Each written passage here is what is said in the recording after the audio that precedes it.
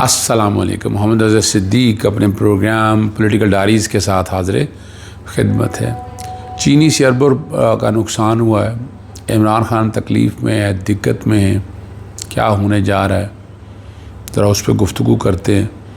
याद सादक के लिए बल्कि के लिए भारी बजट दे दिया गया। आलिया हमज़ों को क्या माइनस कर दिया गया। मरियम सफदर के अस्पताल का पहला नतीजा बरामद।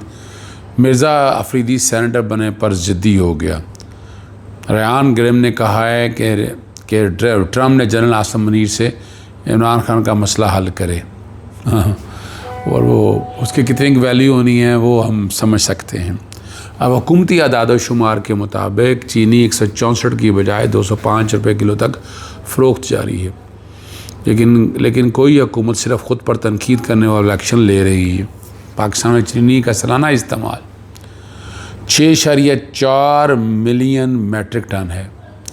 तकरीबन 1.2 मिलियन मैट्रिक टन से ज़ायद मशरूबात और सनती इस्तेमाल में लाई जाती है, लेकिन महंगी चीनी और दरामदशुदा चीनी के हवाले से सरमायादार बिल्कुल खामोश है। क्या ये कहीं कि मिली बकत तो नहीं है कि सस्ती चीनी सरमायादार ले उड़ेंगे और महंगी चीनी आवाम खाएगी? ये इस पर तवज्जो देने की ज़रूरत है। कुछ लोग काम कर रहे हैं और वो अपने तरीके से देख रहे हैं इन सारे मसलों को। मैंने आपके सामने एक बात और बड़ी वाज़ेह रखी थी। हमारे एक दोस्त बहुत सी चीज़ें मेरे तक बताते रहते हैं और उनके नुक्ता नज़र काफ़ी हद तक वो सच साबित होता है। और वो लंदन के ओवरसीज़ पाकिस्तानियों में कुछ मामलात उलझे पड़े हैं और सुनने में आ रहा है कि जो प्रोटेस्ट है वो पोस्टपोन कर दिया। 3 अगस्त का प्रोटेस्ट लाजमी होना चाहिए और ओवरसीज़ पाकिस्तानी बड़ा ज़बरदस्त रोल प्ले कर सकते हैं। उसमें जो कोई कंप्रोमाइज़ है वो सामने आना चाहिए, उनका चेहरा भी पता चलना चाहिए, अंदाज़ा भी होना चाहिए कि क्या है और कैसे चीज़ें चलेंगी आगे, वो भी सामने आनी चाहिए। लेकिन चीज़ें किसी ना किसी एक सिमत की तरफ ज़रूर जानी चाहिए। दूसरी चीज़ जो बड़ी ज़बरदस्त मैंने उससे दोहराई थी, वो मैसेज दोबारा मुझे भिजवाया उन्होंने कि यहाँ पैसा जो बाहर भेजा जाता है वो किसी ख़ास मकसद के लिए भेजा जाता है और पुलिस या रेंजर की जो यूनिफॉर्म पहन के जो लोगों को डराया जाता है या काले डाले आते हैं, उसकी तहकीक ज़रूरी है कि कौन लोग हैं, पर करेगा कौन तहकीक ये?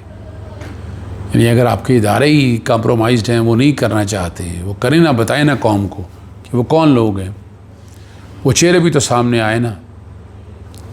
क्या यहाँ एक दौर होता था वो ब्लैक वाटर का नाम लिया जाता था, याद है, फिर जी आ गया। वो आजकल बिल्कुल खामोशी है, अब तो जिक्र ही नहीं होता। अब कोई सियासी जमात भी जिक्र नहीं कर पाती इस बात का। क्यों जिक्र नहीं कर पाती, ये सोचने वाली बात है। और कुछ ऐसे लोग जो ये अपनी हरकतें करते हैं, भाग जाते हैं, जो कुछ यहाँ रहते हैं वो कल सीसीडी वगैरह के हाथों काबू आ जाएंगे और उनका तिया पांचा हो जाएगा।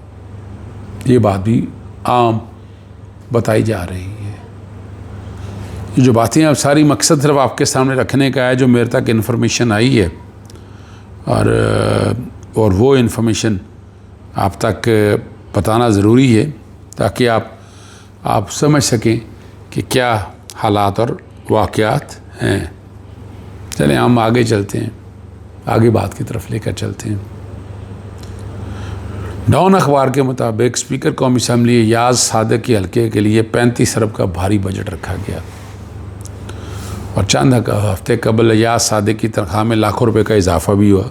याज सादक वही हैं जिन्होंने पार्लियामेंट में इंडिया के ख़िलाफ़ आर्मी चीफ की टांगें कांपने का बयान दिया था, जिस पर DGI-SPR को रद्द-ए-अमल देना पड़ा था। लेकिन अब यहाँ आप समझ जाए ना कुछ चीज़ें जो आपको आसानी के लिए समझ आ जाएंगी कि क्या हैं और क्या हालात होने हैं। कुछ ऐसे हैं वो दिखावे के लिए हैं और पाकिस्तान में मैं यही बात समझ पाया हूँ कि पाकिस्तान में दिखावे के लिए ज़्यादा चीज़ें, हक़ाइक़ से हट कर चीज़ें जो हैं वो सारी इस तरह की हैं और इनके नताइज भी कुछ और हैं और इनका मकासद भी कुछ और है।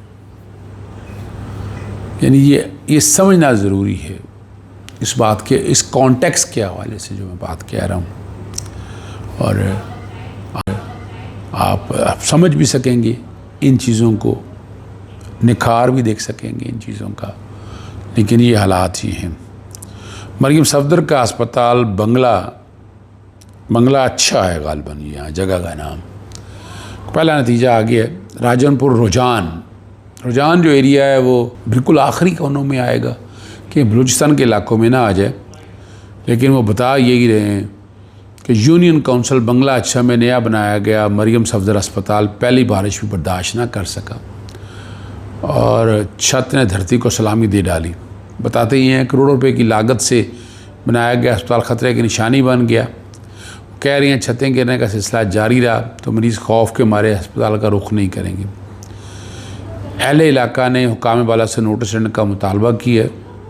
उन्होंने कहा कि अस्पताल की तामीर में नाकस मटीरियल इस्तेमाल मुबीना करप्शन करने पर ठेकेदार के ख़िलाफ़ इंक्वायरी कमेटी को अमल में लाई जाए। यहाँ कोई नहीं है जी, यहाँ इस वक्त लूट मार करप्शन सारा कुछ चल रहा है और पूछने वाला कोई नहीं है, यानी कोई इदारा नहीं है यहाँ पर। क्या तो रिजाल हो गया है यहाँ पर, जो सच्ची बात है। पहले डर और खौफ होता था करप्शन करने का, अब कोई डर ही नहीं है कि किसने पूछना है, किसने बात करनी है। कहीं ना कहीं कंप्रोमाइज़ तो है ना, ये बातें हो रही हैं। आलिया हमजा ने को अपना कोर कमेटी मीटिंग में कहा कि वो खैबर पख्तूनख्वा काफ़िले का लाहौर के दाखिली रास्ते पर इस्तकबाल करेंगी। उन्हें मना कर दिया गया और फिर उनको 2 दिन किसी भी तकरीब में मदऊ भी नहीं किया गया। अब पता नहीं ये बातें क्यों हो रही हैं, क्यों लैक ऑफ कोऑर्डिनेशन है। और मरियम सफदर आलिया हमजा से डरती हैं, क्यों डरती हैं अगर ऐसी बात है सामने? लेकिन ये बातें अब सारी हो चुकी हैं। मिर्ज़ा अफरीदी साहब तो हर हालत में सेंटर बन के रहेंगे और पार्टी ने चलना भी है, ठीक है ना जी। इमरान रियाज ने अपने प्रोग्राम में कहा है वीलॉग में कि अगर उनको 1 अरब रुपया भी देना पड़ा तो देंगे, लेकिन वो कह रहे हैं जी मैं सेनेटर बन के दिखाऊंगा। यही अगर इमरान खान साहब बाहर होते तो बड़ा मुश्किल था। इमरान खान साहब ने इन चीज़ों की फ़ैसला साजी में बहुत आगे।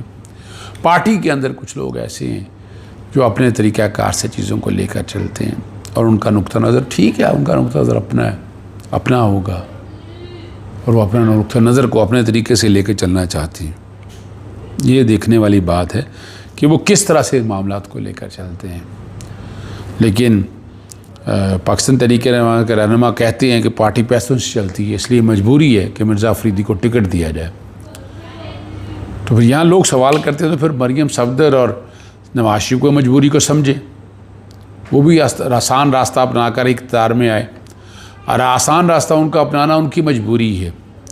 नज़रिया और मजबूरियाँ इकट्ठी नहीं चल सकती।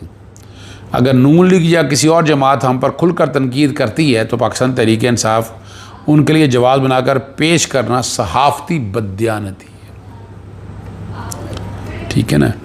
रेहान गिरम ने ट्रम्प ने आसिम मुनीर को कहा है कि इमरान खान के मसले को हल करो।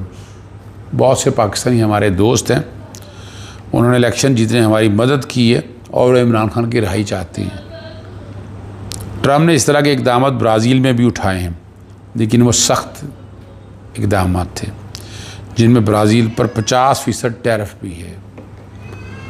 और क्या इस पर को पाकिस्तान पे असर होगा? नहीं, बिल्कुल नहीं होगा। मैंने आपके सामने बड़ा वाज़ेह बता दिया था। अमेरिकन और इसराइली पॉलिसीज़ की एक लड़ाई चल रही है, उन्होंने टेक ओवर करना है। यूके की पॉलिसीज़ चल रही हैं, उन्होंने टेक ओवर करना है। और ईरान भी चाइना भी अपनी जगह पोजीशन लेकर चलता है। यहाँ कहने की ज़रूरत नहीं है, हर एक को अंदाज़ा है कि इस वक्त कौन सी पॉलिसीज़ यहाँ चल रही हैं। और उन पॉलिसीज़ में ये कहना कि ट्रम्प कोई मदद के लिए, मैंने सिर्फ आपको शुरू में पहले दिन से कहता हूँ कि इंसानी हकूक़ के तहफ़्फ़ुज़ के हवाले से बात होती थी, लेकिन ये कहना कि उसका इम्पेक्ट ये होगा कि टोटल बाहर आ जाएंगे, ये मुझे मुश्किल नज़र आता है। नामुमकिन तो नहीं कहता। इजाज़त चाहता हूँ। अस्सलाम वालेकुम, अल्लाह हाफ़िज़। पाकिस्तान जिंदाबाद।